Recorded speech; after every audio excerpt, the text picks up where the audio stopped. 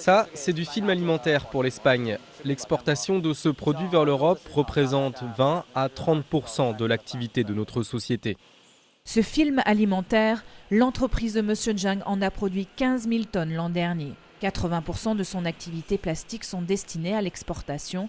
Et malgré la crise en Europe, les chiffres restent stables. M. Zhang a son explication. Cette année, on a plus de commandes. Je crois que c'est parce que les petites usines du Sud font faillite. Un euro trop faible et des coûts de production difficiles à amortir, ce sont les principales raisons de la faillite de ces entreprises du sud de la Chine. Mais malgré cette aubaine dont il profite, M. Zhang commence à s'inquiéter. Car pour lui aussi, les coûts de production sont difficiles à assumer. Sans compter ses clients étrangers qui font baisser les prix. Pour faire face, M. Zhang a dû réduire son personnel de moitié.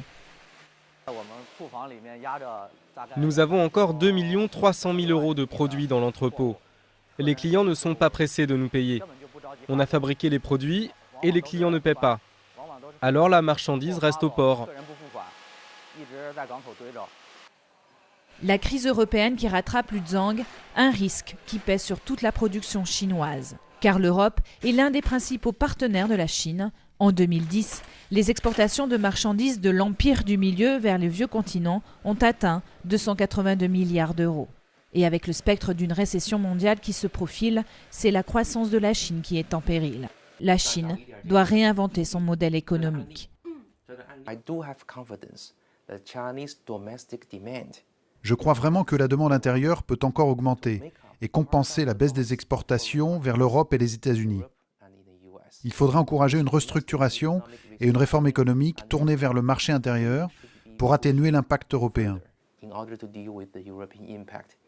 Développement d'un marché intérieur, partenariat avec les pays émergents, la Chine se cherche d'autres clients.